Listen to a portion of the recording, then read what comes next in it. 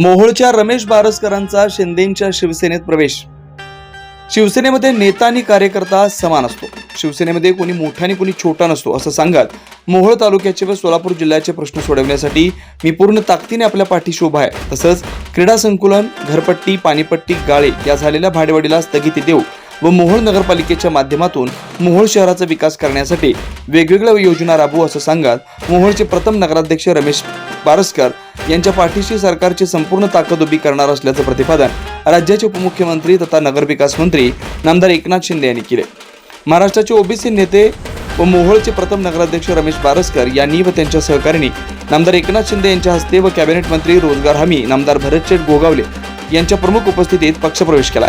यावेळी भरतशेठ गोगावले म्हणाले, आपण आता शिवसैनिक झालोय, त्यामुळे आपल्या पाठीशी खंबीरपणे महाराष्ट्रातल्या शिवसेनेची ताकद आहे। नामदार एकनाथ शिंदे आपल्या पाठीशी उभे आहेत असं गोगावले म्हणाले। तर यावेळी रमेश बारसकर म्हणाले, भाऊ, शहरातल्या व तालुक्याच्या समस्या सोडवण्याची अपेक्षा आहे। भरमसाठ वाढलेली पाणीपट्टी, घरपट्टी, गाळे भाडेवाढ, मोहोळ तालुका क्रीडा संकुल, उपजिल्हा रुग्णालय, मोहोळ बस स्टँड आदी समस्या नामदार शिंदे, नगरविकास मंत्री, उपमुख्यमंत्री या नात्यानं सोडवतील अशा अपेक्षा रमेश बारसकर यांनी व्यक्त केली।